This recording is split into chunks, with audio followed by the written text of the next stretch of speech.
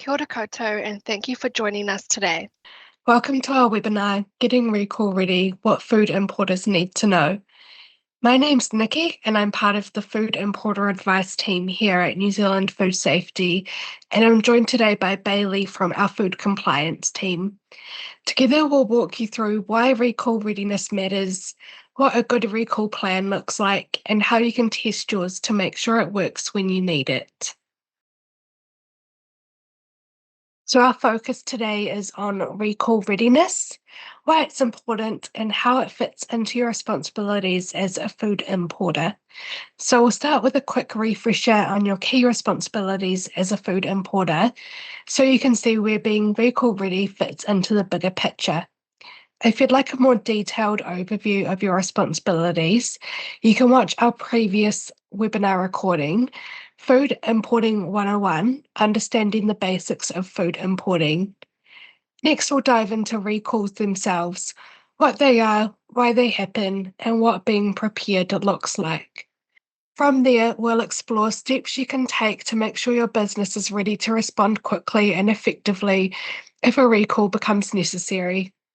By the end of the session, you'll have an understanding of why food importers need to be recall ready, what a good recall plan includes, and how to test it.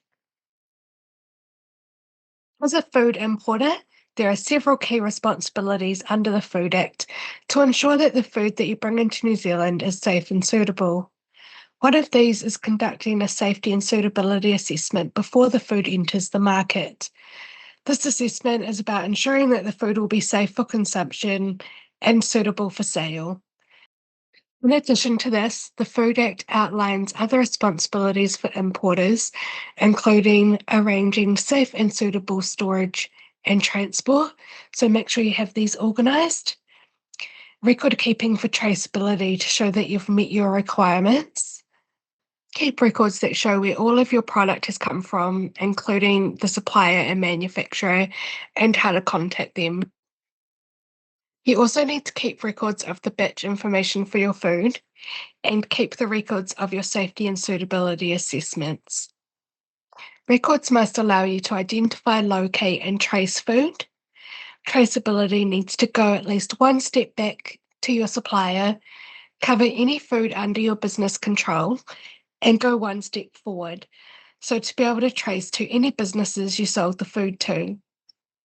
You don't need to be able to contact individual members of the public if you sell direct to consumers. You need to keep your records for at least 4 years after you import the food. And if a food safety officer asks, you need to be able to show your traceability records and procedures quickly. You need to have a recall plan in place and test it annually. This is in case something does go wrong with your food. You're prepared and able to quickly trace it, take it off the market, and protect consumers. Hopefully, you won't need to do a real recall, but you must be prepared. I'll now hand over to Bailey and she'll cover the next section on recalls. Thanks, Nikki. So why do we do recalls and why should we need to be prepared for them?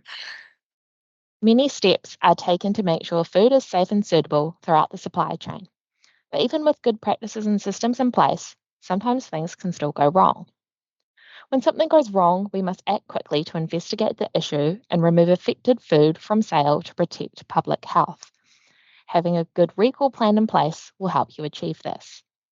Examples of hazards which may trigger a recall include the presence of a pathogen such as Salmonella or Listeria, an undeclared allergen, or foreign matter contamination. These types of hazards can make people sick, cause allergic reaction, or cause injury. There are two types of recalls in New Zealand we will go over: a trade level recall and a consumer level recall. A trade level recall is the removal of food from the supply chain. For example, wholesalers, distribution centres, food manufacturers, and other food businesses. It may also involve removal of food from hospitals and restaurant kitchens and other outlets that sell food for immediate consumption. It often involves food that has not been purchased by the general public or does not pose an immediate food safety risk. The consumer level recall is a removal of food from all points of the supply chain. including notifying customers who may have bought it. In a consumer level recall, the public must be informed because there is a food safety risk involved. Consumer level recalls are published on the New Zealand Food Safety website. The recalling business can communicate with their customers through their own channels, and a point of sale notice will be put up in retail stores where the product has been sold. In order to be recall ready, you should be aware of the recall process, how it applies to your business, and you should have a plan in place on how your business will complete these recall steps. In the next few slides, I will talk about the steps taken during a recall. A full step-by-step explanation of the process is available on our website. Translated versions of the guidance in Hindi, traditional, and simplified Chinese will be available on our website. If something goes wrong with a product you have imported, as the importer, you have the responsibility to investigate the issue and conduct a recall if required. Steps 1 to 3 of the recall process are investigate, inform, and assess. These steps should be done as soon as possible once you become aware of an issue. You can contact New Zealand Food Safety for assistance at any time throughout the recall process. We are here to support importers through the risk assessment and recall decision process. Even if you don't have all the details, getting in touch with us as soon as possible results in a better recall outcome for everyone involved. You should gather information to identify what the hazard is and what caused it, the scope of the issue, and who has received the affected product. This information gathering may also involve contacting your overseas suppliers for further information. Some examples of common issues that arise with imported food include undeclared allergens, biological contamination, or foreign matter contamination. Your information gathering and assessing the risk will bring you to step 4 of the recall process, checking your recall decision. New Zealand Food Safety will help you to assess whether a trade level recall or a consumer level recall is appropriate to manage the risk identified. We take a science-based approach when assessing risk, and we have subject matter experts that can support in undertaking rapid risk assessments. Step 5 of the recall process is communicate. Now that the recall decision has been made, customers need to be notified. As an importer conducting a recall, you must contact your trade customers to notify them a product they received is being recalled. It is important you have traceability details and know where your product went. You should provide specific details of batches affected, the hazard, and provide guidance for what your customers should do with the product. The public is notified of a consumer level recall through our webpage and through a point of sale notice put up at the place of purchase. You will need to provide a copy of the point of sale notice to your trade customers if they have sold the product to the public. An essential part of being recall ready is knowing how to reach your customers and how you will communicate recall information to them. You should include this in your recall plan. Step 6 of the recall process is the audit. A recall audit is done after the recall has been completed. This is a chance for you to reflect on how the recall was conducted and consider implementing any improvements in your processes. All of these steps I just covered should also be covered in a simulated recall. In 2023, legislation was put in place to require all businesses, including food importers, to conduct a simulated recall annually. A simulated recall helps you become recall ready and trial your recall plan. A simulated recall tests the effectiveness of your traceability and recall procedures. You should develop a recall scenario relevant to your business and the type of food you import. You should carry out the recall scenario how you would a genuine food recall. However, you do not need to notify your customers in the simulation. Review how effective your recall scenario was and identify any areas for improvement. When you are considering a simulated recall scenario, you should ensure it is reflective of the size, scope, and complexity of the product you supply. You should keep a record of your simulated recall, as a food safety officer may request to see this. Guidance material on conducting a simulated recall can also be found on the MPI website.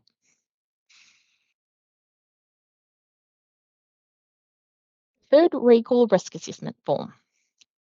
In the event of a recall or a potential recall, you should fill out this risk assessment form, which can be found on our website. You can also save it to your desktop for quick access. This form is an essential tool in gathering the required information in order to make a recall decision. Some of the information required in the form includes information on who you have sold the product to, how much product is affected, and whether the product has been exported. We would highly recommend you review and understand the information requested in this form to make sure you can access it all in a reasonable time frame in the event of a real recall. In the event of a large recall, you may wish to provide the required information in a different format. For example, in an Excel spreadsheet if you have a large distribution list or there are many products involved in the recall. GS1 is an independent system you can use to record recall information, streamline your recall, and contact your customers. If you use this option, ensure you select the option to notify MPI. Food Compliance Services publishes an annual report on consumer level recalls undertaken by New Zealand food businesses, including food importers. The annual report helps us to identify trends in the food industry.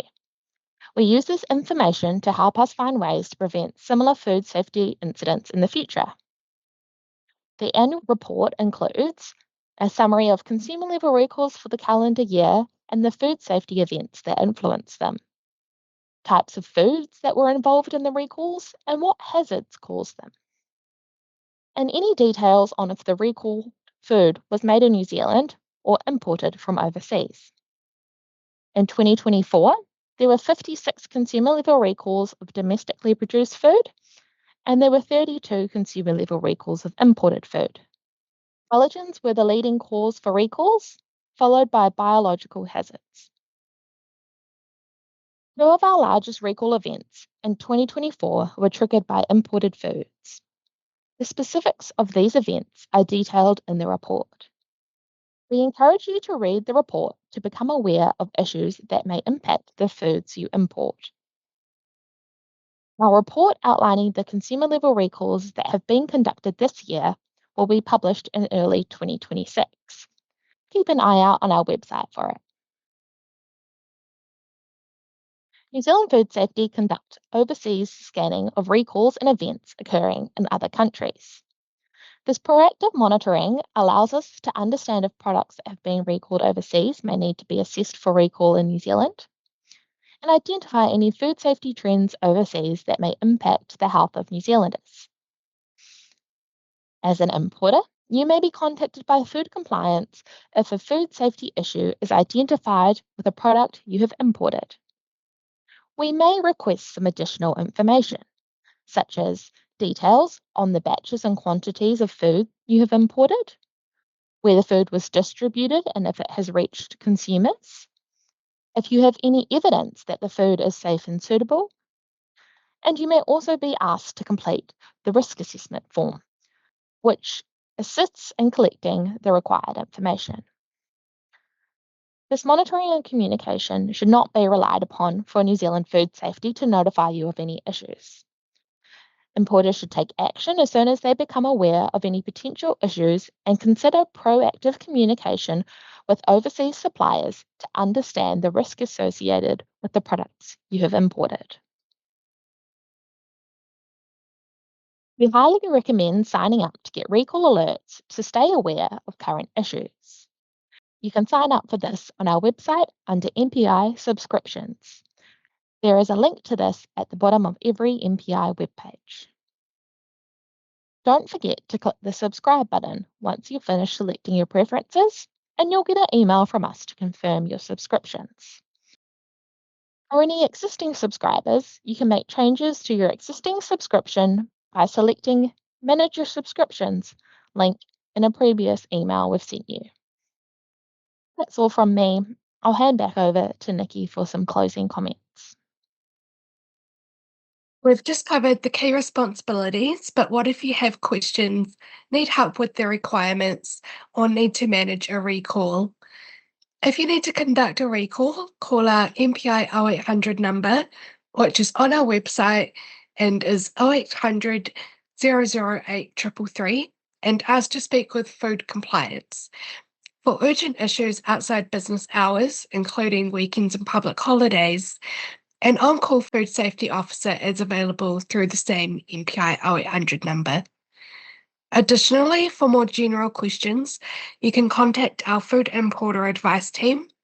We're here to help with your food importing requirements, and if we can't answer your question, we can help connect you with the right team. If you need more guidance, you'll find step-by-step food recall guidance on our website, along with resources on how to prepare for a simulated recall. We also publish the Food Importer newsletter, which shares information on requirements, guidance, tools, events, and more. You can sign up under MPI subscriptions, and the link is at the bottom of every MPI webpage.